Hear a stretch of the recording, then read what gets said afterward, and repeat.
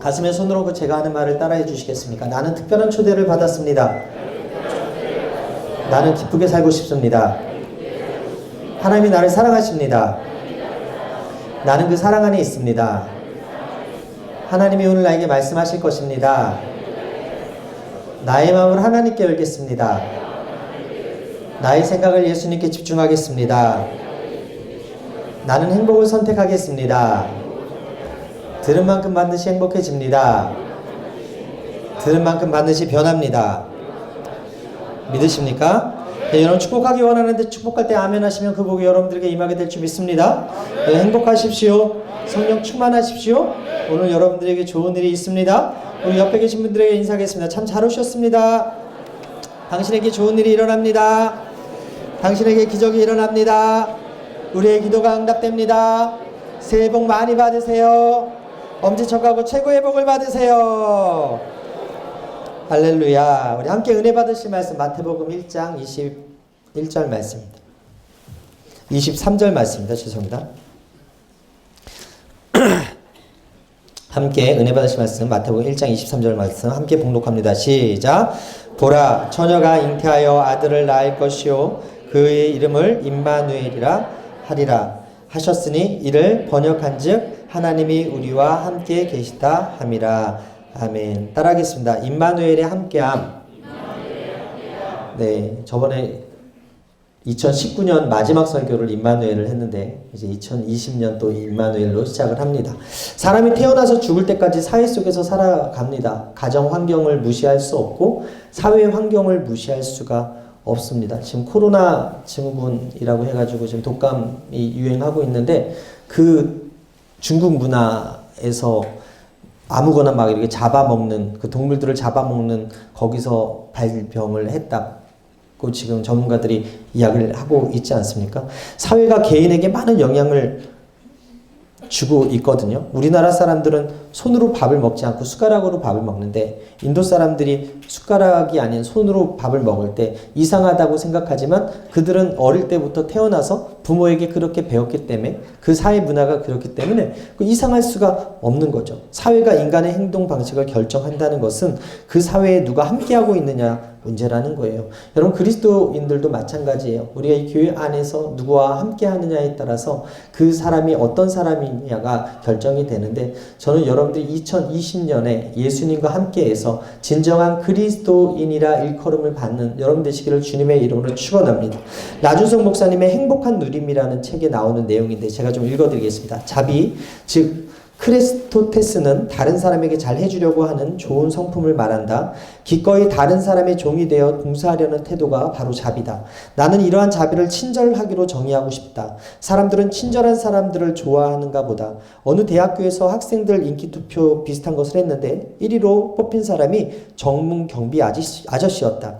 근사한 차를 타고 멋진 모습으로 연설하는 총장님이 아니고 비 오는 날이나 눈 오는 날이나 늘 그 자리에 서서 밝고 활기찬 모습으로 학생들을 맞이하는 정문 경비 아저씨가 1위를 차지한 것이다. 차가 들어올 때면 멋지게 거수 경례를 하고 사람들이 들어올 때면 목례를 하며 때로 문제가 생기면 차를 타고 가서 해결해 주시는 분이었다. 학생들은 그 분을 인기 1순위로 뽑았다. 역시 사람들은 친절한 사람들을 좋아한다. 친절은 사람을 행복하게 만든다. 이런 생각을 해본다. 늘 만나는 사람에게 좀 더 친절하자. 10년을 만나도 처음 만난 것처럼 예의 바르게 대해주자. 처음 만나도 10년을 만난 것처럼 살갑게 대해주자. 그래서 나는 이렇게 말한다. 첫째, 나누는 것이 남는 것이다. 둘째, 너도 나눌 수 있다. 셋째, 눈물은 인생의 깊이를 만든다. 넷째, 베풀면 너도 사랑받는다. 한마디로 뭡니까? 친절한 사람이 되자. 카리스 공동체에 속한 한 사람 한 사람이 친절하게 되기를 바랍니다. 여러분들이 모인 공동체가 한 사람의 친절로 말미암아 마음이 기뻐지고 우리 구역 모임이 행복해지기 위해선 내가 먼저 친절해져야 될 줄 믿습니다. 저는 바라기는 예수님을 닮은 여러분들과 함께하는 모든 분들이 친절해져서 행복한 공동체의 일원들 다 되었으면 좋겠습니다. 저번에 임마누엘이 함께함에서 세 가지를 나눴는데 첫 번째, 의인과 함께한다 그랬어요. 의인이 누굽니까? 살리고자 하는 사람. 생명을 전해주려고 애쓰는 사람과 하나님이 함께하신다. 두 번째, 구원자가 함께한다고 이야기했습니다.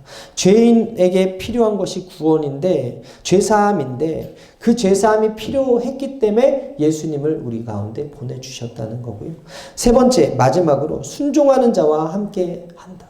말씀을 받았던 마리아가 주의 여정요원이 주의 뜻대로 이루어지겠습니다 라고 고백하고 그 아이를 낙태하지 아니하고, 그리고 요셉도 끊지 아니하고 그 말씀대로 이루어질 것을 믿고 순종했을 때 하나님의 역사가 그들을 통해서 이루어진 것을 봤을 때, 하나님이 함께하는 사람의 특징 세 가지를 말씀드렸는데 오늘도 세 가지를 말씀을 드리고 싶습니다. 첫 번째, 따라하겠습니다. 겸손히 낮추는 자와 함께하신다.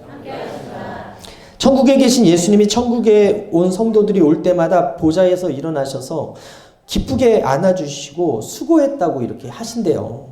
근데 어떤 목사님이 천국에 오니까 예수님이 안 일어나셨다는 거예요. 그래서 옆에 천사가 예수님 왜 저 목사님 오셨는데 안 일어나세요? 라고 물으니까 예수님께서 뭐라 그러냐면 내가 일어나면 그가 내 자리에 앉을 것이다 라고 얘기하신다는 거예요. 내 자리에 앉으려고 한다 라고 얘기하는 거예요. 무슨 말입니까? 우스갯소리지만 요새 목사님들이 겸손하지 않다는 거예요. 겸손한 자리에 앉으려고 하지 아니하고 높은 자리에 앉으려고 한다는 거예요. 그 이야기를 들으니까 우리 한국에서만 해도 이단 교주들이 얼마나 많아요? 자칭 예수, 자칭 보혜사, 자칭 엘리야, 자칭 모세 얼마나 많습니까? 40명 이상이라고 하니까 인간이 얼마나 교만한 존재인지 깨닫게 됩니다. 그래서 교회 안에 말씀 전하는 사람도 위태롭고 많이 아는 사람도 위태해지지 않습니까? 교회 안에서 어떤 사람이 무서운 사람이냐면 말씀 많이 하는 사람이 무서운 사람이에요. 여러분 옛날에 그 궁예 역을 했던 김영철 씨가 했던 독심술 그 이야기. 그래서 쳐다만 보면 그 마음을 읽기 때문에 무섭다 그러잖아요. 근데 우리 교회에서 무서운 사람들이 어떤 사람이냐면 말씀을 많이 아는 사람들, 성경을 백독한 사람들, 40일 금식하는 사람들, 위험하다라는 거예요. 하루에 기도 3시간 이상씩 한다고 자부하는 사람들, 무섭은 사람들이에요. 교회 처음 온 새가족, 말씀 잘 모르는 사람은 우리 공동체 안에서 별 사고 안 칩니다. 근데 말씀 좀 안다고 영적 권위에 불순종하고 교만한 사람들이 교회 공동체 안에서 문제를 일으키더라는 거예요. 특별히 직통계신 받은 사람이라고 하는 사람들이 있는데 이런 사람들은 절대로 목회 리더십에 순종하지 않고 주의 종의 권위에 도전하더라는 거죠. 여러분 어떻습니까? 스스로 보기에 겸손하십니까? 저는 2020년에 여러분들이 많이 알아도 겸손하게 되길 바라고, 많이 금식하셔도 겸손하게 되길 바라고, 많이 기도해도 겸손하게 되기를 바랍니다. 왜냐하면 예수님이 겸손하셨거든요. 임마누엘 되시는 예수님 어디 자리에 함께 하시느냐? 겸손한 자리, 어린아이와 같이 순수하게 자신을 낮추는 그 자리에 함께 하신다. 천국이 어떤 자의 것이냐? 어린아이 같은 자들의 것이다 라고 말씀하고 있는 거 아닙니까? 예수님의 탄생을 처음 접한 사람들은요, 낮은 지에 있었던 사람들이에요. 예수님 이 땅에 오셨는데 예수님은 사람들이 기대하는 방법으로 오시지 않았습니다. 인간이 상상치도 못한 방법으로 오셨어요. 요즘 우리가 어디 놀러 갈 때 콘도 예약하지 않습니까? 호텔 예약하지 않습니까? 근데 가난한 사람들은 호텔도 콘도도 예약하지 못하죠. 이 당시에 베들레헴에서 호적하러 왔던 요셉과 마리아가 호텔을 예약을 못한 거예요. 콘도를 예약을 못하는 거예요. 여관을 예약을 못한 거예요. 꽉 차 있었어요. 결국은 그 사람들이 가난했다라는 거예요. 부유한 사람들이 아니었다라는 거예요. 권력의 자리를 가졌던 사람들이 아니었다는 거죠. 그 부모 밑에서 태어난 예수님이 어디서 태어나셨어요? 마구간의 말구유에서 태어나셨어요. 인간이 상상하지도 못하는 방법으로 예수님이 오셨다는 거예요. 인간이 태어날 수 없는 곳에서 태어나신 분이 누구다? 예수님이었다는 거예요. 메시아 예수님께서 가장 낮은 곳에 임했다는 것은 우리가 왕으로 오셨는데, 메시아로 오셨는데, 그리스도로 오셨는데 가장 낮은 곳, 인간이 상상치도 못하는 곳에 오셨다라는 것은 예수님은 겸손 의 왕으로 오셨다라는 것입니다. 두 번째, 그 소식을 누가 전했습니까? 천사를 보내서 기쁜 소식을 알려주신 하나님이 선택한 사람 어떤 사람이었냐면 왕궁에 있던 사람들이 아니었다는 거예요. 그 당시 기득권을 가진 정치인들이나 대제사장들이나 높은 사람들이 아니었다는 거예요. 바로 베들레헴 목동들에게 그 예수님 탄생 소식이 전해졌습니다. 여러분, 정보화 시대의 정보는요, 힘 있는 사람이 가지고 있습니다. 여러분, GTX A, B, C, D가 지금 이제 개통이 돼가지고 땅값이 들썩이고 있다고 하는데, GTX가 있는 곳에 땅값이 오를 것이다 라는 정보는 웬만한 사람들은 다 알죠. 지하철이 들어오는 곳에 땅값이 오른다는 건 웬만큼 다 안다고요. 그런데 그 계획을 짜는 사람들은 높은 사람들이라니까요. 그래서 한 번에 집값을 올릴 수 있는 능력이 있는 사람들, 땅값을 올릴 수 있는 능력이 있는 사람들은 어떤 사람들입니까? 권력자들이라니까요. 그래서 주식하는 분들은 그 정보를 사기 위해서 어떤 주가 우량주고 어떤 주가 급등주고 어떤 주가 돈을 많이 버느냐에 그 초미에 관심이 있기 때문에 그 돈 주고 내 강의를 들으라고 하는 사람들도 있잖아요. 우리가 유튜브를 보면서 공부를 하는 사람들도 있지만 비싼 수업료를 들으면서 정보를 살려고 하는 사람들이 있어요. 무슨 얘기냐면 정보가 곧 힘이라는 거예요.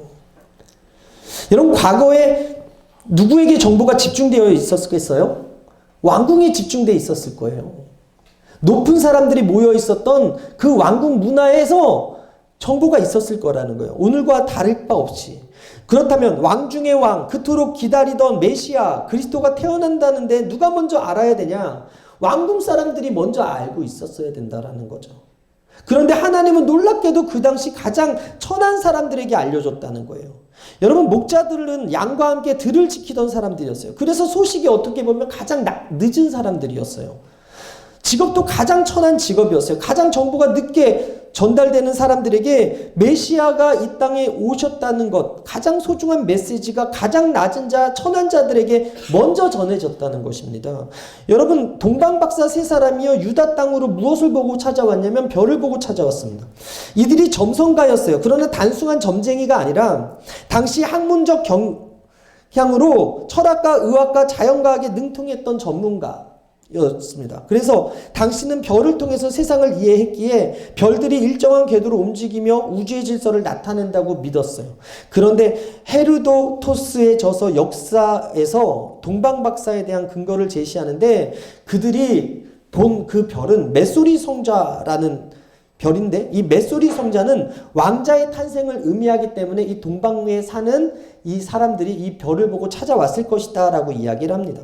박사들은 별을 봤고 큰 왕이 오심을 알았고, 그래서 별을 따라서 예루살렘에 있는 팔레스타인까지 갔어요. 그런데 왜 이들이 엉뚱하게도 베들레헴에 가지 아니하고 예루살렘으로 갔는가?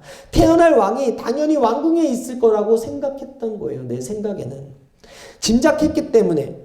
별은 예루살렘으로 비추지 않았는데, 베들레헴으로 비쳤는데, 그들이 생각할 때는 예루살렘의 왕이 당연히 태어날 거라고 믿은 거예요.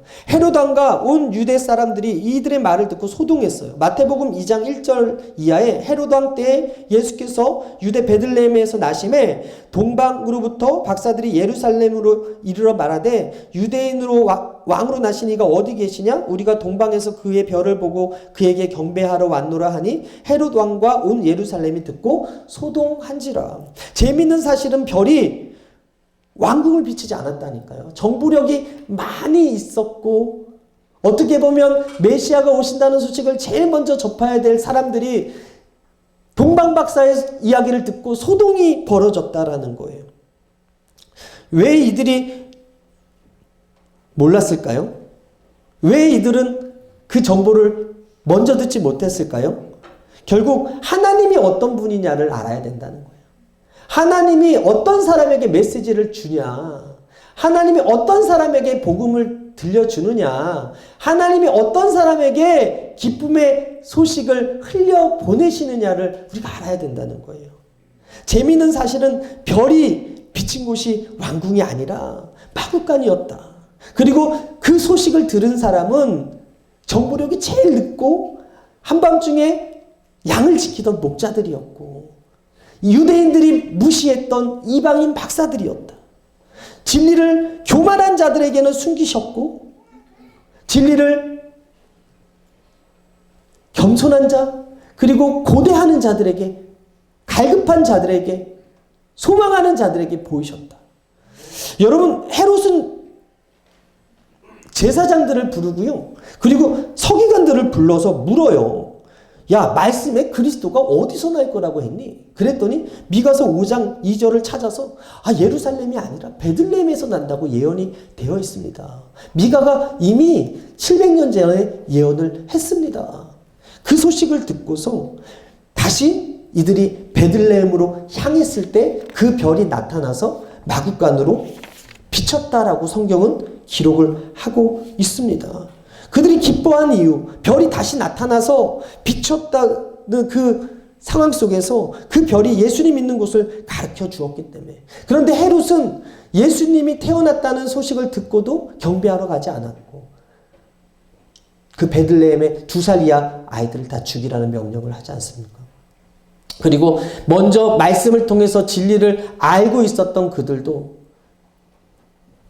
자신들이 모여서 토론하기는 좋아했고 성경의 지식들을 나누기는 좋아했지만 하나님의 아들의 탄생에는 관심조차 없는 것을 볼 때 이와 같은 상황에서 천사는 누구에게 기쁜 소식을 전하는가? 낮고 천한 직업을 가진 목자들이었다. 유대인들이 천대시하는 이방인 박사들이었다. 권력의 자리, 교만한 자리에 사람들에게는 별이 숨겨지고 이방인 박사들에게는 그 별이 드러나서 예수님의 계신 그곳까지 인도해 주셨다면 여러분 우리가 복음에 대한 분명한 정의가 있어야 될 것 같습니다. 복음이란 무엇입니까? 가장 천한 사람들에게 기쁜 소식이 먼저 들려진다는 거예요. 심령이 가난한 자들. 왜 복이 있습니까? 천국이 저희 것이다. 천국이 왜 저희 것이 됩니까? 그들에게 복음이 들려지고 믿어지고 그리고 믿음으로 반응해서 천국을 선물로 받는다는 것이죠. 가장 낮은 사람들에게 그 복음이 전해진다는 것. 그래서 예수님이 수가성 여인에게 복음을 전했을 때 그는 즉각 믿음으로 반응했고 갈급한 학자였던 나다니엘이 예수님을 만나고 그가 예수님을 영접했습니다. 내가 편견을 가지고 구원이 필요 없다고 생각하는 이방 사람들에게 먼저 복음이 전해졌고 가장 갈급한 사람들에게 먼저 복음이 전해지고 가장 무지한 사람들에게 복음이 전해지고 어떻게 보면 가장 낮고 천한 사람들에게 복음이 전해졌다면 지금 이 시대에 부족함이 없으면 교회 안 나오는 시대입니다. 부족함이 없으면 하나님 찾지도 않고 기도하지도 않고 교회 찾지 않습니다. 돈 많은 만수르가 여러분 교회 나오겠습니까? 권력 중심 가운데 있는 사람이 교회 찾아 나오겠습니까? 하나님 찾겠습니까? 자기가 하나님이고 자기 말이 곧 하나님처럼 되어 있는데 그들이 하나님 찾겠습니까? 높은 마음엔 하나님 안 계신 거예요. 낮은 마음에 하나님 계시는 거예요. 하나님이 우리나라에 언제 부흥을 주셨습니까? 한국교회 부흥이 언제 있었습니까? 60년대에서 80년대까지 부족함이 있을 때, 우리가 가난했을 때, 우리가 힘들었을 때 그때 부흥이 있었습니다. 높은 마음에 예수님 복음이 들리지 않는 거예요. 교만한 마음에 들리지 않는 거예요. 내가 잘났다고 생각하면 안 들리는 거예요. 내가 가난하구나, 내가 비천하구나, 천해도 한참 천하구나, 내가 죄인 중에 개수구나 라고 느껴지지 않으면, 삶 속에 눈물이 되지 않으면 복음이 안 들린다는 거예요. 여러분 복음이 들리십니까? 왜 예수님이 복음은 그런 사람들에게 잘 전해집니까? 왕궁에 전해지지 않고 재벌에게 전해지지 않고 어렵고 힘들고 천한 사람, 낮은 사람들에게 전해집니까? 가난한 사람, 어려운 사람, 말기암 앓은 그 사람에게 그 복음이 잘 전해지는 이유가 무엇입니까? 가장 낮고 천한 마음이기 때문에 그래요. 예수님의 마음이기 때문에 그래요. 예수님이 그런 분이기 때문에 그래요. 저는 오늘 임마누엘 대신에 예수님을 믿는 여러분들의 마음이 낮아지게 되기를 바랍니다. 데이비드 플랫의 레디컬이라는 책에 나오는 내용입니다. 오래 내전으로 극심한 빈곤 상태에 빠진 수단을 처음 방문하려 했을 당시 약 3,000달러의 경비가 필요했다. 내륙을 자유롭게 여행하기가 무척 어려운 형편이라 일행이 탈 비행기를 새내기로 했다. 어느 날 예배를 마치고 나오는데 성도 한 명이 다가와서 속삭이듯이 말했다. 차라리 그 여행 경비를 수단 사람들에게 보내주는 것이 좋지 않을까요? 목사님이 열흘 정도 함께 있어 주는 것보다 그 편이 더 도움이 될 것 같은데요. 그 말을 붙들고 나는 깊이 고민했다. 고민은 수단에 도착할 때까지 계속됐다. 그 고민은 현지에서 앤드류라는 젊은이와의 대화를 나누면서 비로소 풀렸다. 앤드류는 그가 수단 사람들이 전쟁의 고통과 박해를 어떻게 헤쳐나왔는지 담담하게 말했다. 그는 가장 암울한 시기에 구호품과 도움을 주었던 수많은 사람들에게 깊은 감사를 전했다. 그리고 나를 바라보며 물었다. 그런 도움에 감사하면서도 우리가 누구를 진정한 형제라고 생각했는지 아십니까? 누구죠? 가장 어려울 때 함께 있어준 사람들이죠. 목사님 여기까지 오셔서 함께 해주시니 감사합니다. 사랑하는 여러분, 함께하는 것을 돈으로 때우는 구제보다 먼저 하게 되기를 바랍니다. 예, 그래서 우리가 선교 나가야 되고요. 그래서 우리가 낮은 마음을 가지고 낮은 자들과 함께 해야 됩니다. 로마서 12장 5절에 2020년 하나님께서 나에게 주신 말씀이 즐거워하는 자들과 함께 즐거워하고 우는 자들과 함께 올라가거든요. 늘 이 밤에 여러분 낮은 마음이 있기 때문에 여러분들이 이곳에 오시는 거예요. 그리고 이 자리에 하나님의 말씀이 들려지는 건 내 마음이 낮아져 있기 때문에 그래요. 내가 겸손히 낮출 때 임마누엘 되시는 하나님이 저와 여러분들과 함께 하신다는 그 사실을 믿으시고 내 삶에 예수님이 크게 보이기 원하신다면 내 마음을 하나씩 낮추시게 되길 바랍니다. 그럴 때 함께함이 여러분들에게 보이게 될 줄 믿습니다. 두 번째, 따라합니다. 말씀으로 함께 하십니다. 창세기 1장부터 요한계시록 22장까지 성경 전체를 통해서 하나님이 어떤 분이다 라고 규정하실 때 하나님은 말씀하시는 하나님이세요. 창세기 1장 3절에 빛이 있으라 하니 빛이 있었습니다. 요한계시록 22장 20절에 내가 진실로 속히 오리라 약속하셨습니다. 하나님은 늘 말씀을 통해 우리에게 약속하시는 거예요. 처녀 마리아에게 찾아오셔서 말씀하셨어요. 아들을 낳으리니 이름을 예수라 하라. 그랬더니 예수님 자체가 곧 말씀으로 말씀의 성취로 우리 가운데 오셨습니다. 요한복음 1장 14절에 말씀이 육신되어 우리 가운데 거하심에 우리가 그의 영광을 보니 아버지 독생자의 영광이요 은혜와 진리가 충만하더라. 말씀이 육신되었다는 것이 복음의 진수죠. 예수님이 예언의 말씀의 성취로 태어나신 분이에요. 동방박사 세 사람은요 대제사장과 서기관들에 의해서 미가서에 기록된 말씀을 근거로 베들레헴에서 왕이 나실 것을 알게 되거든요. 마태복음 2장 5절에 기록되어 있는 대로 그들이 베들레헴으로 말씀을 근거해서 찾아가게 됩니다. 말씀이 그들의 앞길을 인도해 줬고요. 마태복음 2장 12절에 그들이 예수님을 만나 경배한 후에 꿈을 꾸게 되는데 헤롯에게 돌아가지 말라는 지시함을 받습니다. 한 사람이 꾼 꿈이 아닙니다. 세 사람이 동시에 지시함을 같이 받고요. 헤롯에게 돌아가지 않습니다. 동방박사뿐만 아닙니다. 요셉과 마리아에게도 현명해서 말씀으로 인도하고 지시를 하십니다. 마태복음 2장 13절에 보게 되니까 그들이 떠난 후 주의 사자가 요셉에게 현몽하여 이르되 헤롯이 아기를 찾아 죽이려 하니 일어나 아기와 그의 어머니를 데리고 애굽으로 피하여 내가 내게 이르는 기까지 거기 있으라. 마태복음 2장 15절에 헤롯이 죽기까지 거기 있었으니 이는 주께서 선지자를 통하여 말씀하신 바 애굽으로부터 내 아들을 불렀다 함을 이루려 하심이라. 마태복음 2장 23절에 나사렛이란 동네에 가서 사니 이는 선지자로 하신 말씀에 나사렛 사람이라 칭하리라 하심을 이루려 하심이라. 여기서 공통적인 단어가 뭡니까? 이루려 하심이라. 선지자의 말을 이루려 하시리라. 예수님의 태어나신 것 자체가, 예수님의 사역 자체가 선지자의 말을 이루려 하십니다. 하나님은 말씀하시는데 실현하지 않으세요. 하나님 말씀하시면 이 땅 가운데서, 우리 삶 가운데서 지금 여기서 이루시는 하나님이심을 믿으시게 되길 바랍니다. 예수님의 탄생을 미리 예언한 수많은 선지자의 말씀을 이루려 하시기 위해서 탄생하시는 분이 예수님이셨다는 거예요. 하나님은 지금도 약속하시고 말씀하시고 이루시는 하나님이십니다. 여러분, 하나님께서 모세를 보내시기 전에 약속하셨어요. 내가 반드시 너와 함께 있으리라. 그리고 그가 이스라엘을 이끌고 40년 광야 생활하는 내내 모세와 하나님은 함께 해주셨습니다. 내가 너와 함께 있을 거야 라는 그 약속, 임마누엘의 약속은 이렇게 모세에게 주어진 위대한 약속이 되었습니다.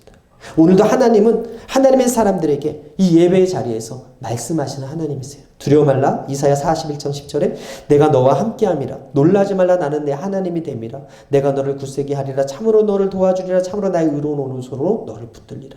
이사야 43장 2절에 내가 물 가운데 지날 때에 내가 너와 함께할 것이라. 강을 건널 때에 물이 너를 침몰하지 못할 것이고 내가 불 가운데 지날 때에 타지도 아니할 것이고 불꽃이 너를 사르지도 못하리라. 시편 23편 4절에 내가 사망의 음침한 골짜기를 다닐지라도 해를 두려워하지 않을 것은 주께서 나와 함께 하시리라. 주의 지팡이와 막대기가 나를 안위하시리라. 하나님의 사람들에게 명령과 소명을 주시고 가라 하실 때 혼자 가라고 하지 않으신다는 거예요. 하나님이 함께 하신다는 말씀을 주시고 힘을 내라고 이야기하는 거예요. 두려워하지 말라고 하는 거예요.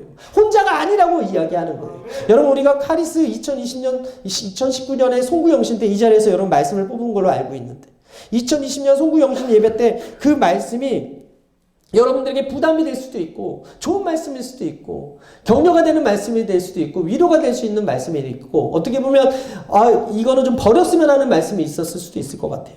그런데 재밌는 게 어떤 자매가 로마서 12장 11절 말씀을 뽑은 거예요. 부지런하게 게으르지 말고 열심을 품고 주름 서기라.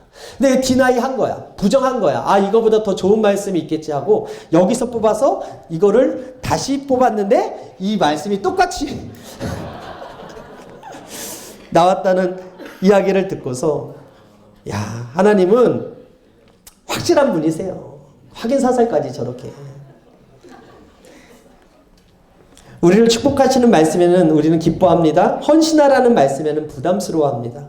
나보다는 저 사람이 뽑았으면 좋겠다. 이 말씀은 저 사람한테 어울린다라고 생각합니다. 그러나 하나님은 때를 따라 돕는 은혜를 주시기 위해서 말씀을 주시는 분이세요. 어떤 말씀을 뽑았던지 우리에게 필요한 것은 그 말씀이 이루어질 것을 믿고 주의 종이오니 주의 여종이오니 말씀대로 이루어지이다라고 고백하는 것이 중요하다는 거예요.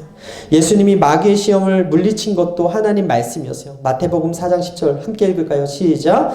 이에 예수께서 말씀하실 때 사탄아 물러가라 기록되었을 때 주 너의 하나님께 경배하고 다만 그를 섬기라 하셨느니라. 예수님이 하나님 말씀으로 나셨고 말씀이신 그분이 말씀으로 사탄을 이기셨다면 오늘 우리에게 필요한 것은 하나님의 말씀임을 믿으시게 되길 바랍니다. 우리의 눈물과 노력과 의지와 힘으로는 악한 영을 절대로 이길 수 없어요. 마귀가 두려워하는 것은 결코 세상이나 권력이나 명예나 물질이 아니라 하나님 말씀이에요. 우리가 말씀대로 살 때 사탄은 무조건 집니다. 따라합니다. 내가 말씀대로 살 때 나는 무조건 승리한다. 그래서 사탄은 말씀을 가까이 하지 못하게 해요. 말씀대로 살지 못하게 해요. 말씀을 의심하게 해요. 말씀에는 관심 없이 다른 것에 열심하게 해요. 잘못된 것을 바로잡기를 원하시기에 하나님은 늘 말씀하시는데 우리가 다른 일로 분주하고 바빠서 말씀대로 살지 못하게 한다라는 거예요. 내가 큐티하는 게 왜 중요합니까? 새벽을 깨어 나와서 말씀 듣는 것이 왜 중요합니까? 성경으로 돌아가는 것이 왜 중요합니까? 바로 하나님이 말씀하시는 하나님이시기 때문에 그래요. 사탄은 말씀을 어떻게든 못 들으려고 좀 더 잘하고 하고 좀 더 졸라고 하고 가지 말라고 하는데 하나님은 어떻게든지 깨워서 설날 전날 밤에도 이렇게 와서 말씀을 듣게 하시는 하나님이시라는 거예요.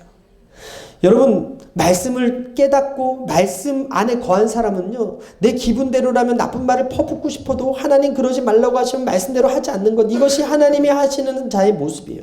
세상을 이기는 비밀은 말씀이에요. 말씀이 어떨 때는 용서하라고 하고 어떨 때는 게으르지 말라고 하고 어떤 때는 고난을 감당하라고 하고 어떤 때는 핍박과 유혹을 견뎌내라고 하고 어떤 때는 구제하라고 하고 어떤 때는 전도하라고 하고 어떤 때는 선도하라고 하고 그때마다 순종하고 하나씩 내 것으로 삼을 때 그때 비로소 능력 있는 임마누엘의 삶, 하나님이 함께하는 자의 표적들이 나타나기 시작된다는 것입니다. 베드로는 실패한 사람이었지만 예수님께서 말씀하셨어요. 내 양을 먹여라. 내 양을 치라. 이 말씀을 받은 순간에 사명의 말씀을 받은 후에 그가 어떻게 됐습니까? 오순절 마가 다락방에서 성령 충만받고 성령과 함께하는 자의 표적이 그에게 나타난 거예요. 우리 사도행전 5장 15절 함께 읽겠습니다. 시작. 심지어 병든 사람을 메고 거리에 나가 침대와 요유에 누이고 베드로가 지날 때 혹 그의 그림자라도 누구에게 덮일까 바라고 예루살렘 부근에 수많은 사람들도 모여 병든 사람과 더러운 귀신에게 괴로움을 받는 사람을 데리고 와서 다 나음을 얻으니라. 여러분, 임마누엘 되시는 하나님은 오늘 우리의 말씀을 주시고 그 말씀대로 사는 사람들에게 능력을 주시는 좋으신 하나님이심을 믿으시게 되기를 바랍니다. 시편 119편 10절 함께 읽겠습니다. 시작. 주의 말씀은 내 발의 등이요 내 길의 빛입니다.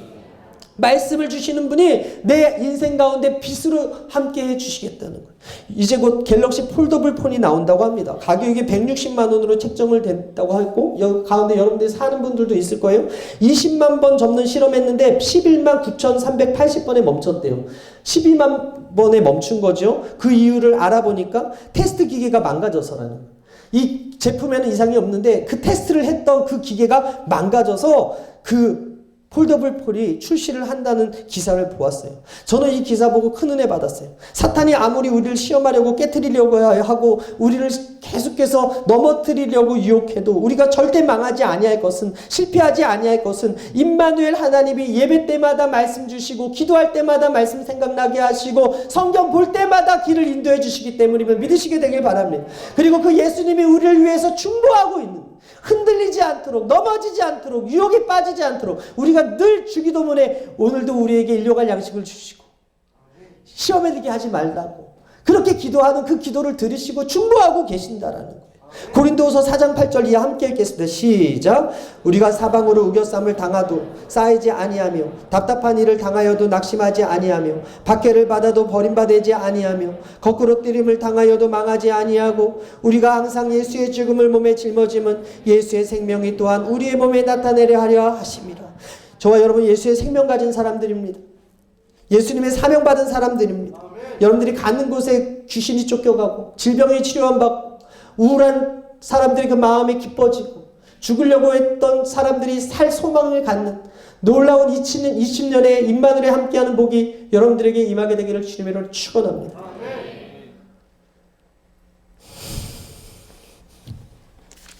마지막은 성령으로 영원히 함께 하신다.